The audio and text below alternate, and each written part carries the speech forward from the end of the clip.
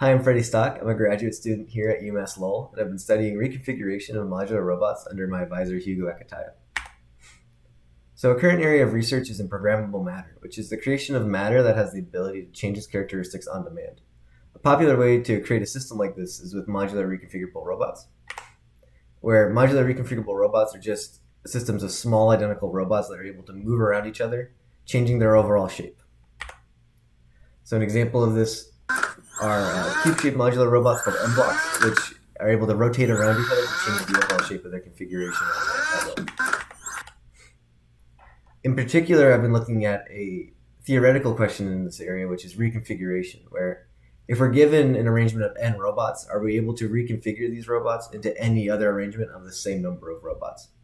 So I've been trying to find which shape of robot is able to answer this question. Yes, I can change myself into any other arrangement that you would want me to be, in which shapes say no, we cannot rearrange into some certain arrangements.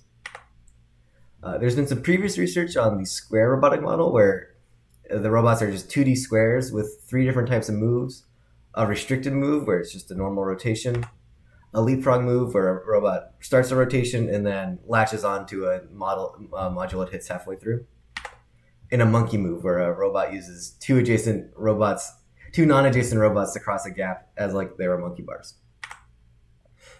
Another previously studied model is the hexagonal robot model, where the robots are 2D hexagons and have 2 sets of moves very similar to the square model. One is a restricted move, which is just a normal standard rotation, and a monkey move, where again it's crossing a gap using robots as monkey bars. In my research, I've been looking at 3-dimensional robotic models, so a cube-shaped robot, which has the same moves as a square-shaped robot, except we have a 3rd dimension that we can move into now. In the Rhombic Dodecahedral model. I've been looking at Rhombic Dodecahedral because when viewed from the right angle, in this case from the top towards that blue plane, it looks like a hexagon. So we're able to use a lot of our results from 2D hexagons into 3D Rhombic Dodecahedral. Here's just an example of a Rhombic Dodecahedral move. So currently, current results, previous research on squares and hexagons has shown that squares are not generally reconfigurable, but hexagons are.